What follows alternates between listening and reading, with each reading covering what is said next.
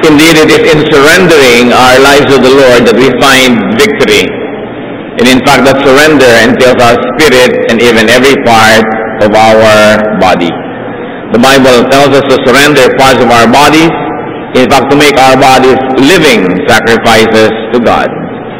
Surrender and a new life, the wonder of a new year.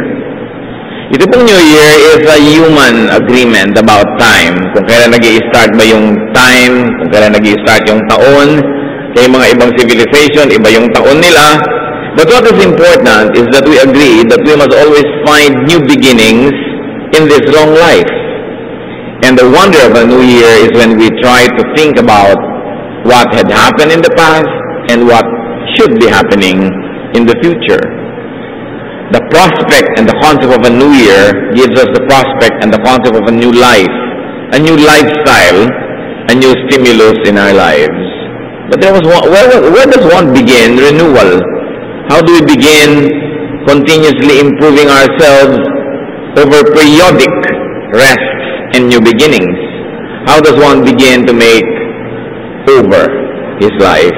At ang atin po ngayong pag-aaral sa pag-appreciate natin ang konsepto ng isang bagong pag-asa, bagong mga pananaw sa bagong taon, is not just a Happy New Year, but a Happy New Year. Isang bagong tainga, isang bagong pananaw, isang bagong uri ng pandinig.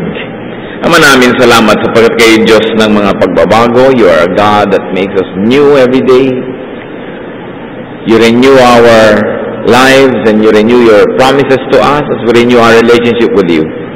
Salamat, Panginoon, na maaari kaming magbulay-bulay that there is a part of the year in the many years of our lives and we can rethink many things, redesign our plots, our ways, and reshape our destiny by your help, under your will, and with our cooperation. Salamat, Panginoon, dahil kayo ay nagbibigay sa amin ng maraming pag-asa. Turuan niyo po kami ngayon na isang bahagi ng aming buhay isurrender sa iyo ang aming tainga, ang aming pandinig, ang mga pinipili naming pakinggan sa buhay. At nawa, Panginoon, sa pagsusuko namin sa iyo ng mahalagang bahagi ito ng aming katawan at pagkatao, maghari kayo at patuloy na lumaki yung kaharian niyo dito sa aming puso, sa aming isip. At nang sa ganon kayo ang lalong masunod at kami lalong maging kawangis ng iyong anak na si Jesus. We ask you, Father, to be our only speaker. Use your servant only as your instrument. Forgive us our sins, cleanse us from all our iniquities, make us whole, enable us to see you, and very specially, to hear your voice. We ask you, Father, to bless us, to lift up your name, to do your will. In the name of your Son, our Lord and Savior, Jesus Christ. What are the new thoughts and the new thinking and the new ways to think? And what is the relationship of this newness to our spiritual life? Romans 12, verse 2. Do not conform any longer to the pattern of this world, but be transformed by the renewing of your mind. Then you will be able to test and approve what God's will is, His good, pleasing, and perfect will. Isa pong malinaw na paraan ay tinuturo sa atin ang pagbabagong buhay at kung maganda na yung buhay natin para lalo pang gumanda, bawasan daw, liitan, i-minimize yung pagsunod sa pamamaraan ng sandaigdigan, kundi patuloy tayong magbago, maging kamukha ng wangis ng Diyos at sa pamamagitan nito ng pagbabago ng paraan ng pag-iisip. Ang lahat ay nasa pag-iisip. Ito pong isip natin, yung brain, yung mind na ibigay ng Diyos, ang pinakaparaan natin para maunawaan ng Diyos, para mapalapit sa Diyos, at para maging lalong kawangis niya. Ito ang hindi kayang limitahan kahit ng kulungan, kahit ng lugar. Our mind cannot be limited by time or place. Therefore, it is through the mind that we can be free. And if the Spirit of the God makes us free, then we should develop using our minds so that that freedom can become more and more real in our lives. Ang pagbabago daw ay nasa paraan ng pagbabago ng pag-iisip. Because thought can begin from within Therefore, thought should be watched very, very closely also from within. Kung ating iniisip ang nagbibigay ng hugis sa ating buhay, ang paraan ng pag-iisip naman ay ating dapat bantayan. At nagmumula sa kalooban natin ang ating iniisip. At kung galing man ito sa labas, dumadaan sa ating tainga among our other senses.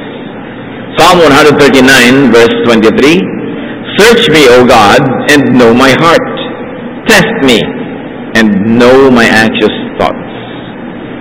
Ito ang ipinasusuri ng sumulat ng awit na ito sa Diyos.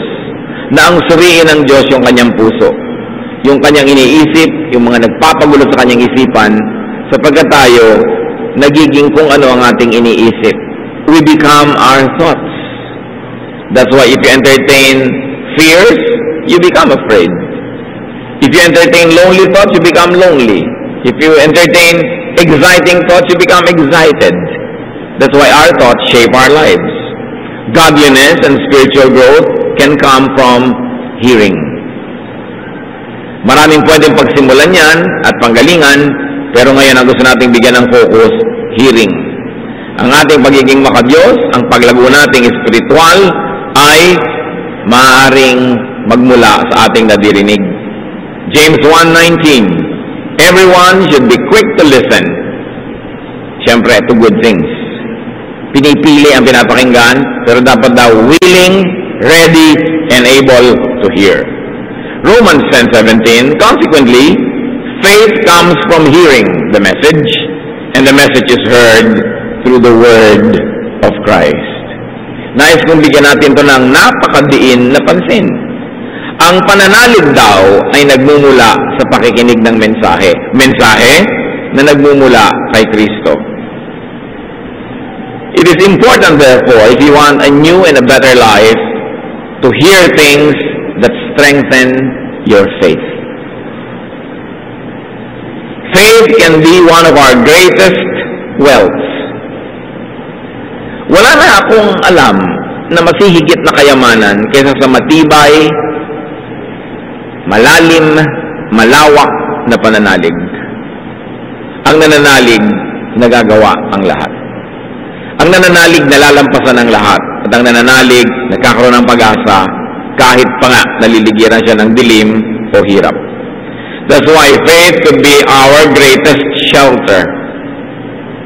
Ang tunay na homeless, yung tunay na walang shelter, yung walang faith. Kahit malaki ang bahay niya, kahit marami siyang pera, pag wala siyang pananalig, para siyang hubad. Kayang-kaya siyang maapektuhan ng hangin, ng araw, ng lamig, ng init. Our faith can be our greatest refuge, and faith can be the greatest hope giver. It is not the amount of savings you have. It is not the amount of investment that continues not only to make you worry, but it is the amount of your faith that will make you feel secure.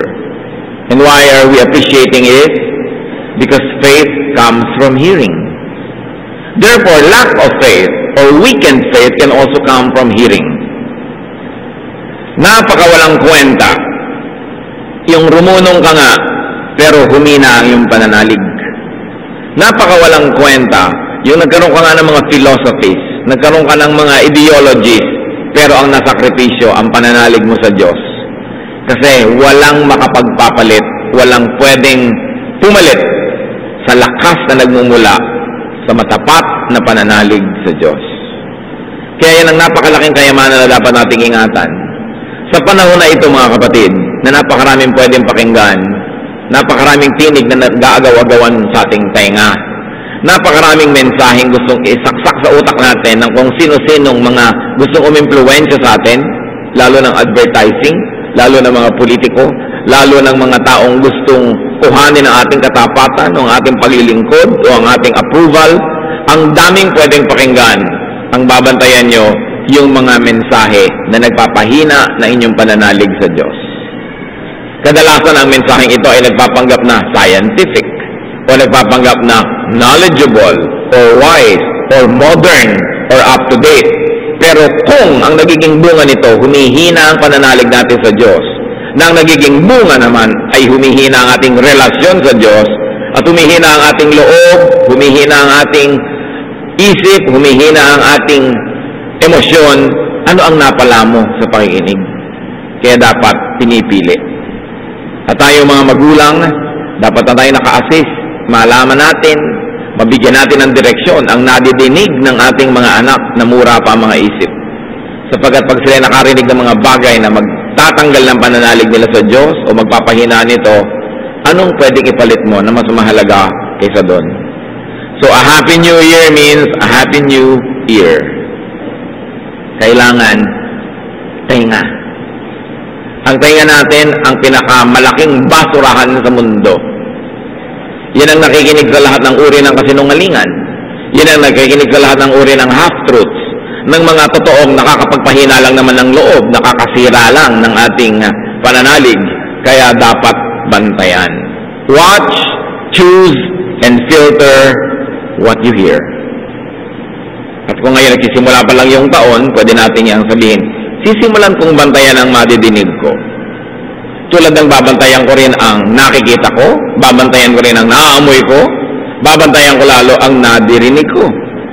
Ecclesiastes 7:21, do not pay attention to every word people say. Isa yan. You want a Happy New Year? You have to have a Happy New Year. Ibig sabihin, huwag tayong laging padala sa nadidinig nating sinasabi ng tao. Maraming sasabihin ng tao na sasakit sa ating damdamin, magpapahina ng ating loob, magpapaliit ng pagtingin natin sa ating sarili. Hindi dapat at hindi kailangang pakinggan ang lahat ng yon. Hindi mo mapapasaya ang lahat ng tao sa planeta. Merong magrereklamo sa'yo, merong magagalit sa'yo, pero ang mahalaga, matutulog ka, haharap ka sa Diyos, alam mo, you did your best. Wala kang sinadyang saktan, o pahirapan, o agawan, o nakawan. Ano man ang sabihin ng tao, dapat, kung may talab man sa atin, konti lang, hindi sobra. Meron po mga tao na kahit may siyam na magsabi sa kanila ng magandang bagay, may isa lang na mag-comment ng pangit, yun na ang iindahin maghapon at magdamag at ilang linggo. Yun na ang laman ng isip at nagpapabigat lang sa ating damdamin. Kaya nga sabi na isang kanta na umuso ng mga 70s, when you go through a day and you hear what people say, they make you feel so bad. They make you feel so small. And the Word of God says, do not pay attention to every word people say. Maraming mga tao, mangmang, hindi naman nila alam ang sinasabi nila, so baka wala ka namang problema, pero sila yung may problema, bakit mo nga iniindahin yun? Kung minsan naman marunong nga sila, pero gusto lang nilang manakit. Kung minsan sila ay under-informed. Kung minsan naman hindi sila eloquent. Hindi naman talaga yung eksaktong iniisip nila, ang gusto nilang sabihin, pero yun ang lumalabas sa kanilang bibig. Kaya hindi masyadong laging dapat damdamin. Kung gusto mong sumaya. Pero kung gusto mong lumungkot, at tupagin mong hanapin ang sinasabi ng lahat ng tao, itanong mo, anong sabi ni ano? Anong sabi ni ano? Anong sabi tungkol sa akin? Sigurado lulungkot ka. At kung mahilig kang makinig, marami mang pumuri, may isa lang kumintas, yun ang nakatanim sa iyong puso. Sa pananalig, mga kapatid, kung dumating kayo sa punto ng pananalig nyo, masaya na kayo sa pananalig nyo na yun, tiwasay na ang inyong kalooban, tahimik na ang inyong puso, dapat pahalagahan nyo na yung pananalig na yun. Kung gaano karami ang brand ng shampoo ngayon, ganoon din karami ang brand ng religion. Baka mas marami pa. Lagi na lang may religion na sinasabing, si religion A may mali, si religion B may mali, si religion C may mali, ako lang ang tama. Pero sasabihin din naman ng iba yun, laban sa kanya, ang gulo-gulo nun. Ang pinapahalagahan po sa Biblia, napakalino nito, matibay, matapat na pananalig. Pero kailanman, hindi naman inassume ng Bible na yung mga tao na nanalig ay perfect. That they will know perfectly yung kaalaman. That they will have a perfect grasp of things and ideas. That they will have an access to the perfect knowledge. Hindi yan inassume. There will always be errors. There will always be shortcomings because of our human nature. Pero ang pinapahalagahan sa Biblia, yung talagang matibay at matapat na pananalig. Pagka meron ka na nun, daig mo pa ang naka-jackpot sa anumang contest. Kasi yan talaga ang nagpapayaman ng kalooban, nagpapatahimik ng ating puso, nagpapatibay, nagpapasaya, at nagpapaganda nating pagkatao. Wala siguro tayong makikita sa buhay na ito, this side of eternity, nung perfect version of the truth. Magkakaroon lagi ng konting daplis, konting mintis because of human nature, human error, and human limitation. But what is important is that you in your heart believe.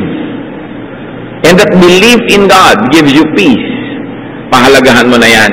Huwag ka nang mamalengke ng kung ano-ano pang mga ideya. Gugulo lang ang buhay mo. At ano naman ang mapapala mo kung sa kalagitnaan ng pag-aaral mo between idea 1 and 2. And remember, before you can move to idea 2 from idea 1, dadaan ka sa gitna na nakakalito. Na wala ka na sa 1, pero wala ka pa sa 2. Wala kang tinutungtungan, wala kang hinahawakan.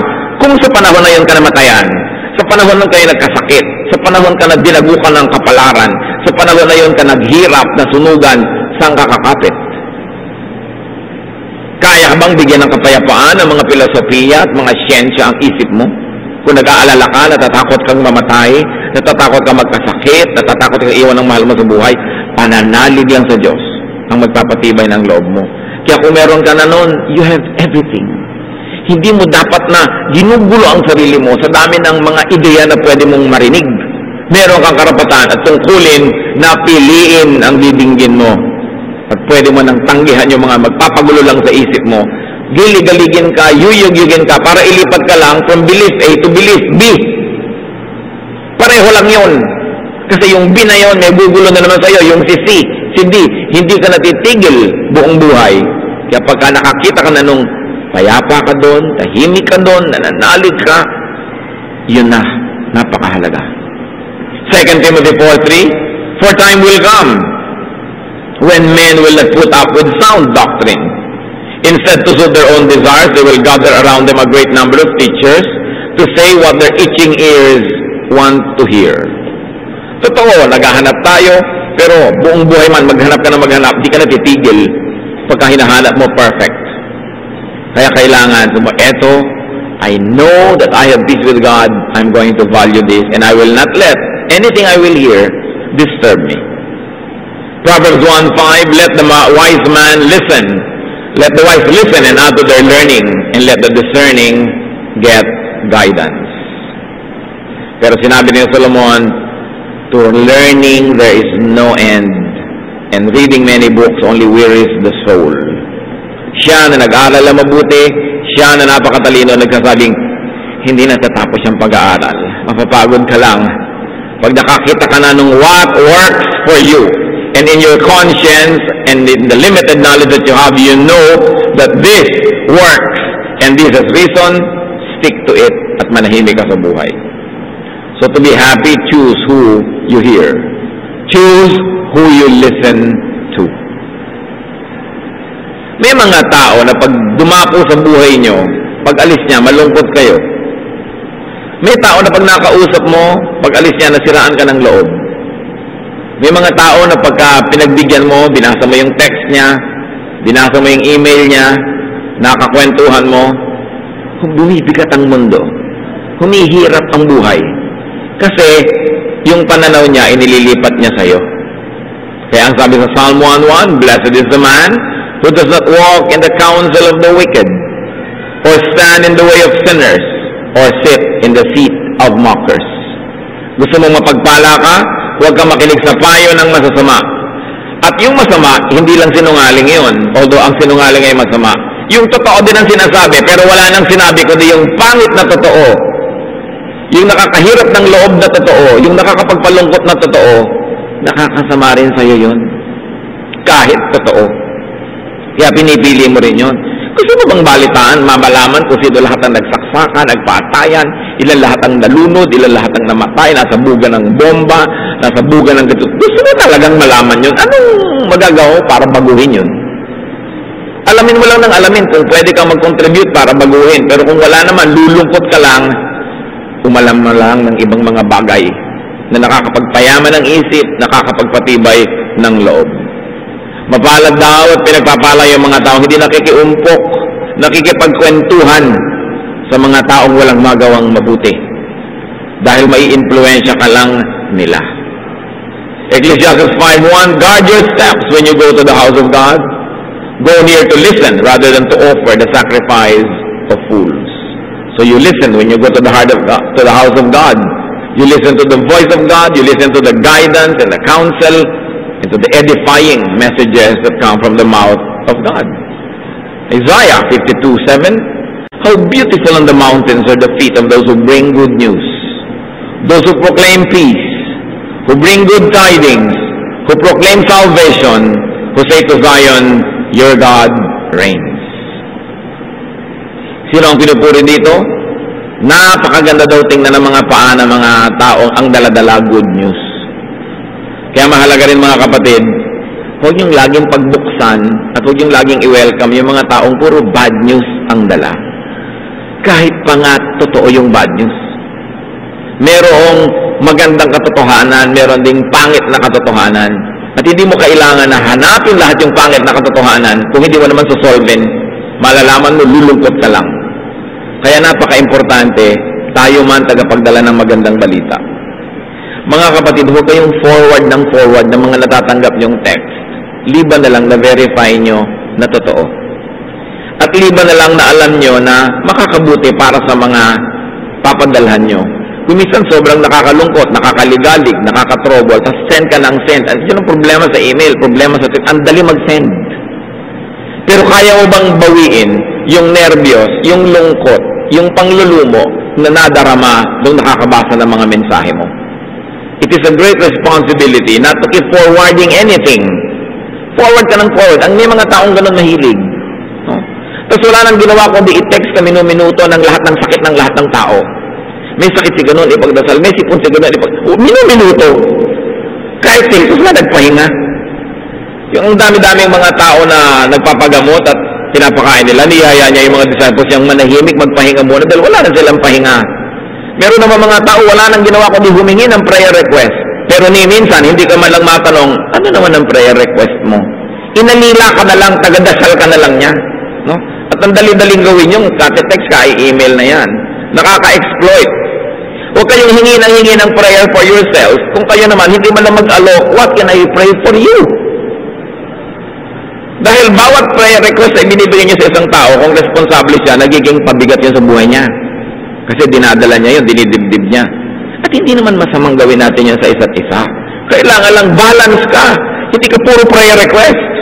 Isang araw naman, ikaw manahimik at magte-text ka mga tao, anong prayer request mo? Ako naman magpe-pray. Hindi wala nang ginawa ang tao, kundi ipanalangin ka na lang. Tuwing makakarinig na lang ng balita tungkol sa'yo, may sakit ka, naghihirap ka, nasa panganib ka, pero kung maganda ang balita, hindi ka man lang makapag-text. May mga ganyan ka mag-anak, oras na nakita mo yung pangalan sa cellphone, nakaka-nervous ba sa akin? Mangungutang. Meron na ba kayo kamag-anak diyan? Hoy, ang dami kong pera kayo, pupunta ka dito, bibigyan kita. Meron ba noon? Pag meron, ipagpagawa niyo monumento. Pero pag bad news, you will hear. Kaya sabi nga nila, no news is good news. Kasi kung good yan, hindi na yung kikibo. Napaka-importante mag-minister tayo sa mga mahal din natin sa buhay, mga kapatid. Huwag one-way relationship. Psalm 85:8, I will listen to what God the Lord will say. He promises peace to His people, His saints, but let them not return to folly. So yan ang pinapakinggan natin, ang Diyos. Binabasa natin ang Biblia. Pinapakinggan natin mga responsible preaching and mga pagpapaliwanag nito. Pinapakinggan natin yung mga awit na nagre-reflect, nag-amplify ng mga mensahe ng Diyos. Psalm 78:1, O my people, hear my teaching. Listen to the words of my mouth. Sa mga TV kasi, sa mga radyo, at iba't iba mga media, sobrang nag-aagawan yung mga yan ng atensyon, lalo mga news programs. Kaya, pinapalala, pinapapangit. Kung minsan merong isang bubong na nilipad ng hangin, dinala sa ilog, kukuhanan ng picture, nakalubog ang bahay, bubong na lang ang kita. Pero yun pala, yung bubong lang yung lumipad dun. Yung mga sensational journalism, ang dami niyan. So kayo lagi nagpapapaniwala kasi nag-aagawan sila ng benta. At alam niyo naman, bad news is good news. It sells. Dapat na rin natin palitan yung concept ng news. Nakakatamad na magbasa ng dyaryo. Nakakatamad ng manood ng mga balita. At kung kailan pa naman dinner time, nandiyan yung mga news ng mga sinaksak, tinanggal ang bituka, dilukot ang mata, sinimentohan, inilagay sa drum, sinunog. Dinner time. Kita niyo kung gaano ka-bad taste ang ating mga broadcasters. No? Hindi na iniisip ang pamilya, magkakasama, nakaka-discourage lahat. Anong mapapala ng isang bayan na i-detalye mo pa kung paano tinadtad ang isang babae at pinutol-putol siya at kung ano naman. Kailangan pa ba nating malaman ng ganung mga detalye? Pero yung mga gumagraduate with honors, yung mga mabubuti mga balita, hindi mo yan mabalitaan. That's why even the media has to be rewarned in God's name. Isaiah 1:10, hear the word of the Lord. So ang Panginoon, pag nagkasalita, to encourage, to instruct, or to warn. Kung nakakatakot man ang mabidinig mo sa bibig ng Diyos, dahil wina-warn ka lang, ayos ang buhay mo, para huwag dumating at huwag matuloy yung masama na mangyayari kung hindi ka magbabago ng iyong paraan. But to glorify something bad or something evil or something ugly just for the sake na mapag-usapan yon, it has no place in a good spiritual discourse. Kaya pag may dumarating, o anong balita mo, ay ayoko nang pakinggan yan. May mga taong wala naman talagang gustong gawin, kundi ikwento sa iyo lahat ang hirap at bigat ng buhay. Kaya tuloy kung minsan ayaw mo na makipag-usap. And don't feel guilty kung ayaw nyo. You're entitled to have a new ear. You're entitled to choose what enters your ears. Hindi pwedeng gawin ng mga taong basurahan ang tenga mo, na lahat na lang ng reklamo nila, hinaing sa buhay, itatambak nila doon. Sabi, alam mo, pag nakakausap kita, gumagaan ang pakiramdam ko. Oo nga, dahil pakiramdam ko naman ang bumigat, inilipat mo sa akin lahat eh. No? Kaya meron din tayong pananagutan, hindi ka lang lipat ng lipat, itingnan mo din yung kausap mo. Pag may kausap po tayo mga kapatid, tatantyahin nyo, malakas ba siya ngayon o mahina? Kasi kung minsan may mga pano ang hina-hina nga ng loob mo, sunod-sunod na yung dumating, meron na naman, isa na lang kailangan mo para magbigti ka na talaga. Kaya, pinapakiramdaman mo, ano bang mood niya? Kung medyo mabigat, huwag na. Tama na muna yung dalan niya ngayong araw na ito. Let the day's own trouble be sufficient for the day. Let us not always be selfish. Gusto lang nating luwagan yung buhay natin, kahit iba yung nasakal. Meron tayong pananagutan sa isa't isa. Bagamat, itinuturo din naman ng Bible na talagang we should share each other's burdens. Ang sinasabi lang natin dito, maging kind ka rin naman. At kung laging ikaw na lang lagi yung problema, paminsan-minsan, sarilinin mo na lang muna. Bigyan mo ng pahinga yung kapwa mo na tumutulong sa'yo dahil baka hindi na rin niya kayanin. Dalawa na kayo ngayon na parehong broken. It is important to think about these things and do not always listen to and be affected by bad news. Yang pagtaas ng halaga ng manok, 1962 ko pa yan nadidinig. Ang dami pa rin naman nating nakakaing manok. Kaya huwag yun ang pag-usapan. Kung hindi kayo Secretary of Trade na may magagawa tungkol dyan, o hindi kayo tindera ng manok, na kontian nyo yung tubo nyo para bumaba yung presyo, stop talking about it. Ite-text pa ko minsan kung magkano na yun ang halaga ng isang puso ng bawang sa mga kamag-anak nyo abroad, siyempre para maawa ng konti sa inyo, no? Uy, ang mahal na ng bawang ngayon dito. Ano magagawa mo sa kamag-anak mong OFW na kahit magreklamo ka na magreklamo, hindi naman lumalaki yung sweldo niya, bumibigat lang ang kalooban. Ano gusto mo, ipangutang ka pa niya para 5 bawang ang magamit mo ngayon? Di, kalahating bawang ang gamitin mo, mahal pala eh. Pero yung magreklamo ka na magreklamo na para ka lang lumuwag, ibibigay mo sa iba yung problema, siya ang mag-isip para sa'yo, it's unkind. And it's unfair. Hindi natin alam kung gaano tayo ka-unfair sa maraming overseas Filipino workers. Yung mga kamag-anak dito, tuwing text na lang, tuwing mag-i-email, tuwing tatawag, problema lagi. Wala nang sinabi, ay, tumaas na naman ang presyo ng ganun. Parinig lang naman yun, ibigin, dagdagan mo naman ang padala. So, paano dadagdagan? Iswelduhan lang yung tao, hindi naman siya negosyante. Kaya magtiyaga ka, kung maikli ang kumot, sabi, matutong mamalukto.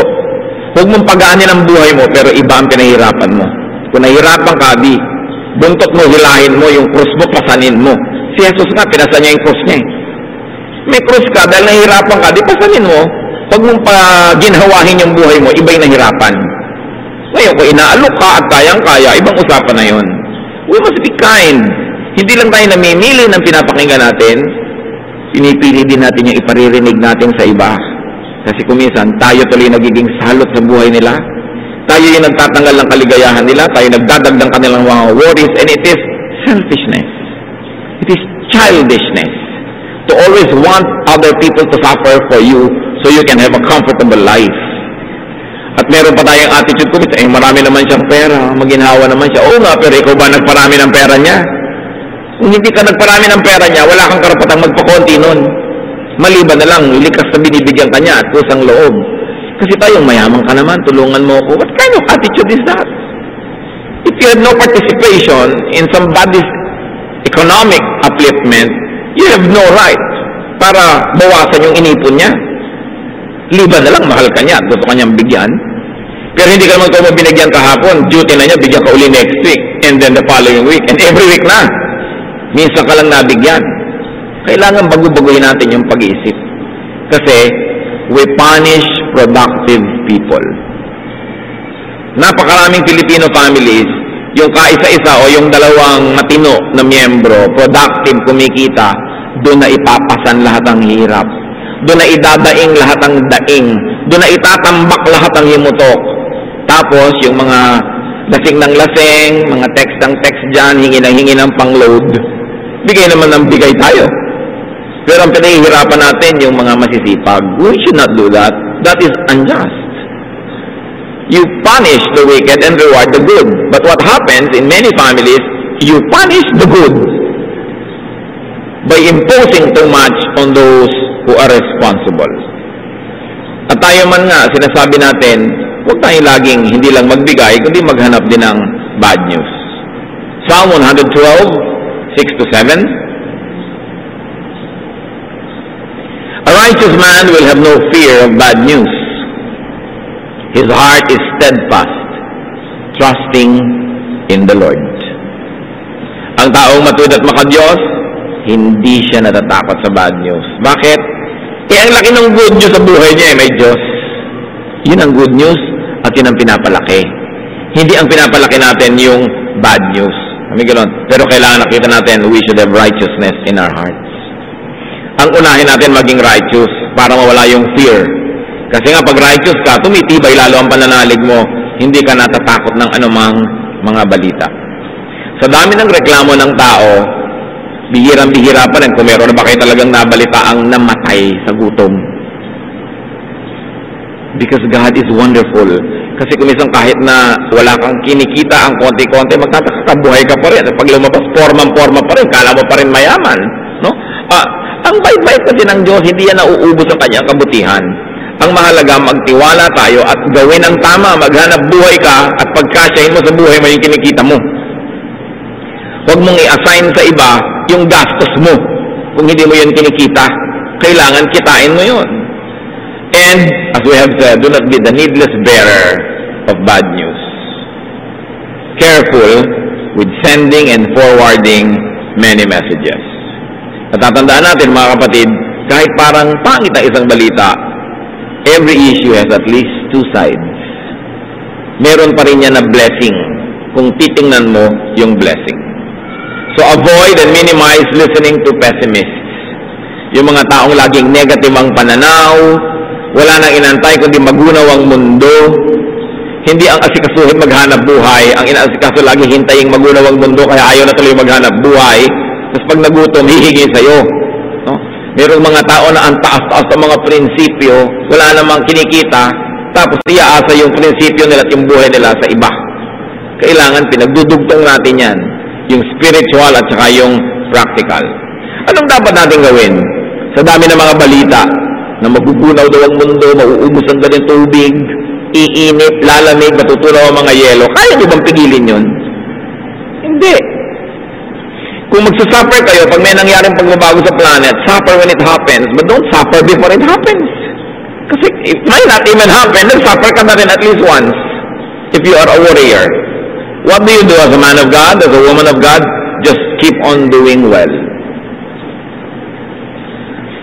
Kung anong ginagawa mo sa buhay, gawin mong mabuti at Diyos ang bahala sa iyo. Matthew 24:40-41, 2 men will be in the field. One will be taken, the other left. 2 women will be grinding with a hand mill. One will be taken, the other left. Ang pinag-uusapan siyempre dito ay isa sa mga pinakamahalagang katuruan sa pagdating ng panahon. Yung ang mga anak daw ng Diyos ay kukunin ng Diyos, bigla na lang nawala sa mundong ibabaw. Bago daw dumating ang kutakot-takot ng mga dilubyo, kukuhanin muna ng Panginoon ang kanya. Ito, 2 lalaki nagtatrabaho sa buto, yung isa nawala na lang, yung isa naiwan. Dalawang babae nagigiling, at alam niyo yung gilingan nung araw, lalo sa Israel, sa laki ng bato, dalawa ang nagigiling yan. Yung isang babae, iikot niya sa kalahati, yung babae sa kabila, kukuhanin niya, dadali niya dito sa kabila, kukuhanin ko naman, sagutan. Kaya kitang-kita mong nawala yung isa, kasi nawala yung partner mo. So niya, 2 women will be grinding with a handmill, one will be taken, the other left. Huwag yung problemahin kung paano darating ang Diyos, kung paano matatapos ang mundo ito at magkakaroon ng bagong paraiso. Ang problemahin nyo to be godly, na kayo yung kunin at hindi kayong maiwan. Yun lang problemahin mo, na ilagay mo yung puso mo sa tamang lugar, magtiwala ka sa Panginoong Jesus, gawin mo ang magagawa para maging productive and good, at God will do the rest. So just keep on grinding, just keep on working. Huwag tayong paabala sa kung ano-anong mga takot. Just keep on doing your work, living your life, serving God, and living a godly life, and God will take care of you. Ang asikasuhin mo lang yung naka-assign sa'yo. Hindi naman naka-assign sa'yo na pigilin mo lahat matunaw ang yelo sa North Pole. Pero pwede mo namang bawasan yung paggamit mo ng aircon, yung paggamit mo ng mga emissions na nagpapatunaw tuloy sa ating mga ozone layers. Pwede mong gawin yung magagawa mo. Do what you can. And don't over-worry. Because you have a God who cares for you. Hindi naman ikaw ang Diyos eh. Tao ka. So gawin mo yung nagagawa ng tao. Ang mahalaga lang, pag humarap ka sa Diyos araw-araw, alam mong ginawa mo yung dapat mong gawin. Hindi ka nag-aksaya. Hindi ka nag-aksaya ng tubig. Hindi ka nag-aksaya ng kuryente. Hindi ka nag-aksaya ng resources. Kilala tayong lahat ng Diyos. Lahat ng ginagawa natin. Sabi pa nga sa Biblia, maski buhok nyo bilang ng Diyos, alam niya kung ilan ang buhok nyo ngayon sa anit nyo. Ibig sabihin, alam din niya kung sino yung gagantimpalaan niya. Pagdating ng panahon na naubos ang tubig, siyempre yung mga nag-aksaya ang unang mauuhaw dyan. Ngayon, hindi ka nag-aaksaya, hindi ka ba kayang alagaan ng Diyos? Nakita natin na kahit yung propeta, paggutom, may ibon na nagde-deliver ng pagkain niya. May anghel na bumaba, ipinag-bake pa siya ng tinapay. Kaya bang gawin niya ng Diyos? Kaya. Ang Diyos noon, Diyos pa rin ngayon. Ang mahalaga lang, in a personal way, you please God. And God will take care of you. Don't worry about big things that are beyond you. Kasi hindi naman ina-assign sa atin yun ng Diyos. Kaya maraming worries tayo, marami tayong pinapakinggan ng mga bad news. Kaya dapat din binabantayan talaga yan. At yan nga ang topic natin. Mga TV programs na pinapanood, mga radio programs na pinapakinggan, mga dyaryong binabasa, lahat yan may epekto sa atin.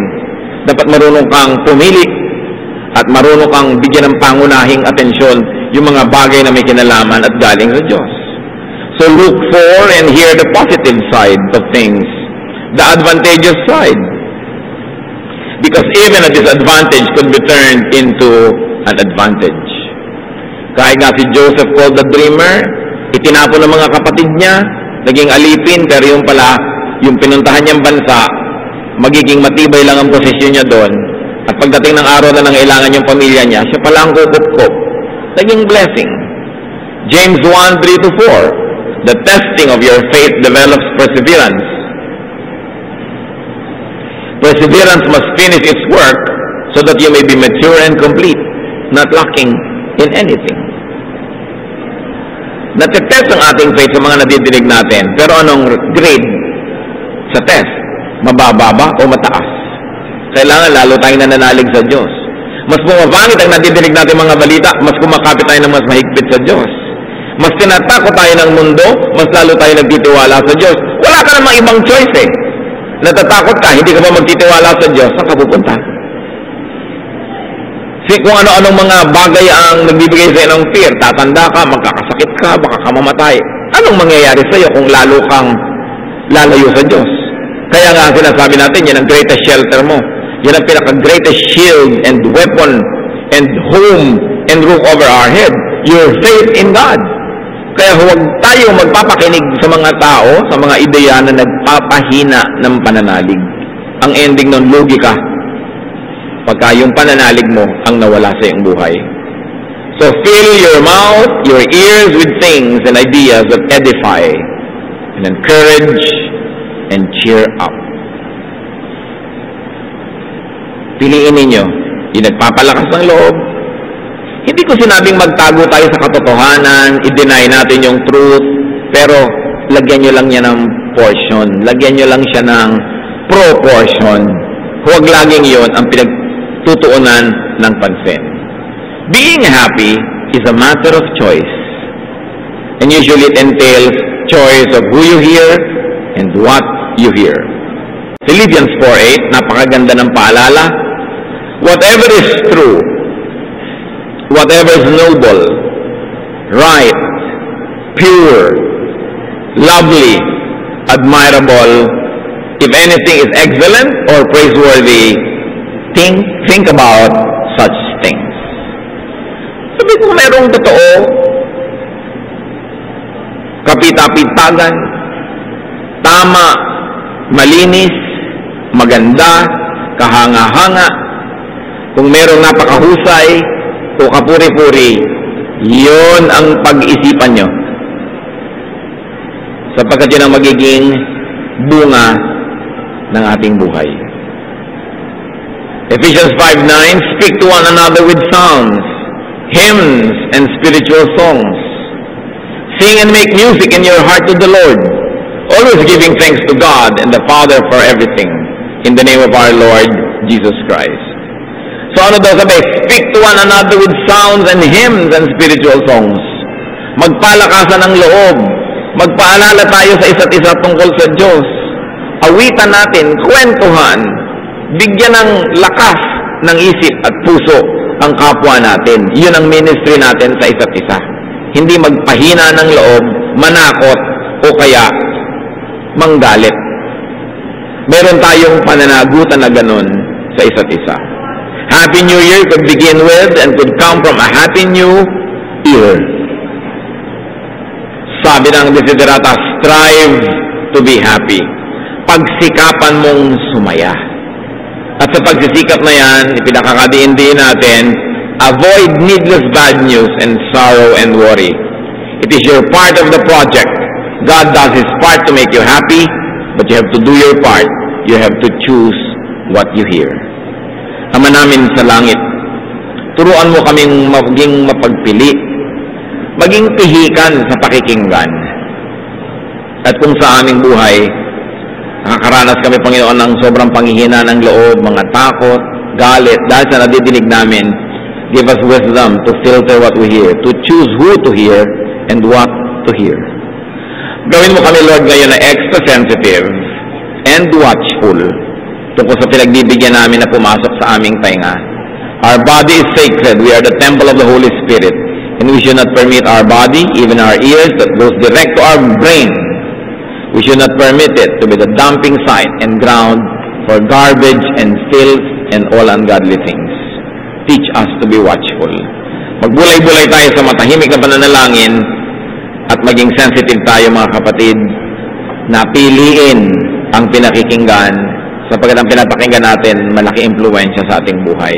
O God, hear your people, be with your people, teach us to be watchful, and teach us to have a new ear, or even a better ear if we already have a good one. Be with the Lord in silent prayer.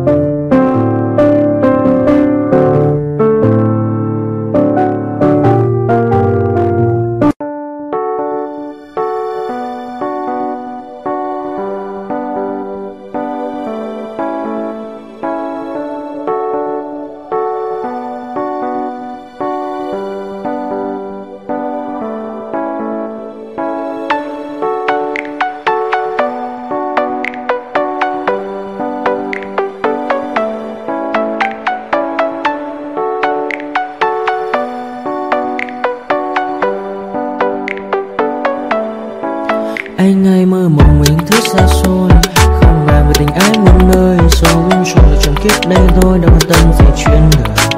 Thế mà lại nằm tương tư, ông tầm bà mũi xa tơ. Đêm nằm trộm nhớ mơ mơ về ai. Thì ra anh yêu rồi, từ ánh mắt nụ cười, từ đôi môi gọi mưa sao xuyến lòng anh.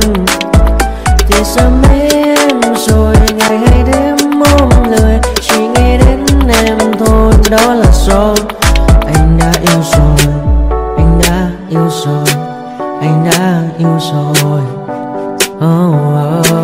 Anh đã yêu rồi,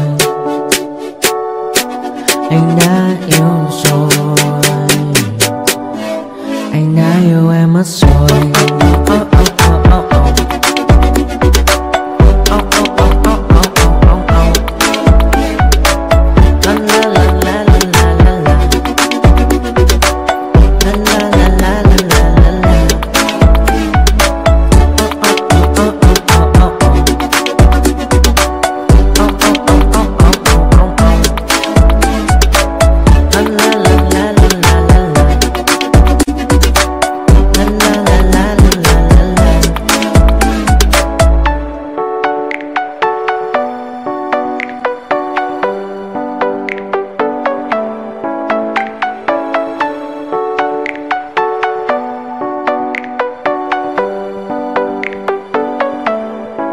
Anh hay mơ mộng những thứ xa xôi, không bàn về tình ái muôn nơi. Sống cho là trong kiếp đây thôi, đâu quan tâm gì chuyện đời.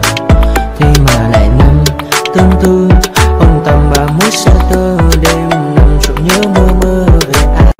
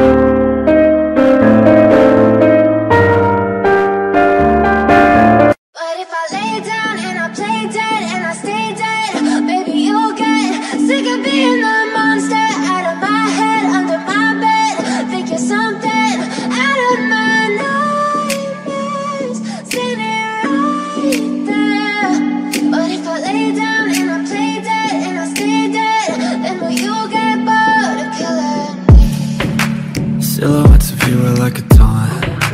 Never really know just what you want. With you I don't ever feel calm. I can feel the sweat inside my palms. Play with me like cats and a string. You don't understand the pain it brings. You don't ever wanna give me wings. You don't ever wanna set me free. You know I'm addicted to you, and it's twisted, you've been gifted with the evil voodoo. Got me coming back for more, even when I've been screwed. Dolls full of pins, pierce my heart straight through.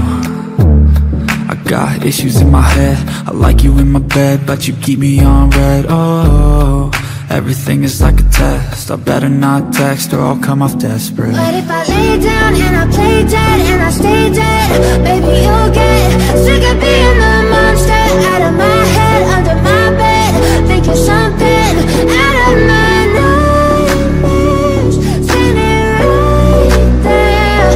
But if I lay down and I play dead and I stay dead, then will you get bored of killing? So if I play dead, will you regret that you said. I don't think you understand what you're doing, and my heart's black and blue from the bruising. I feel like when I'm with you I'm losing.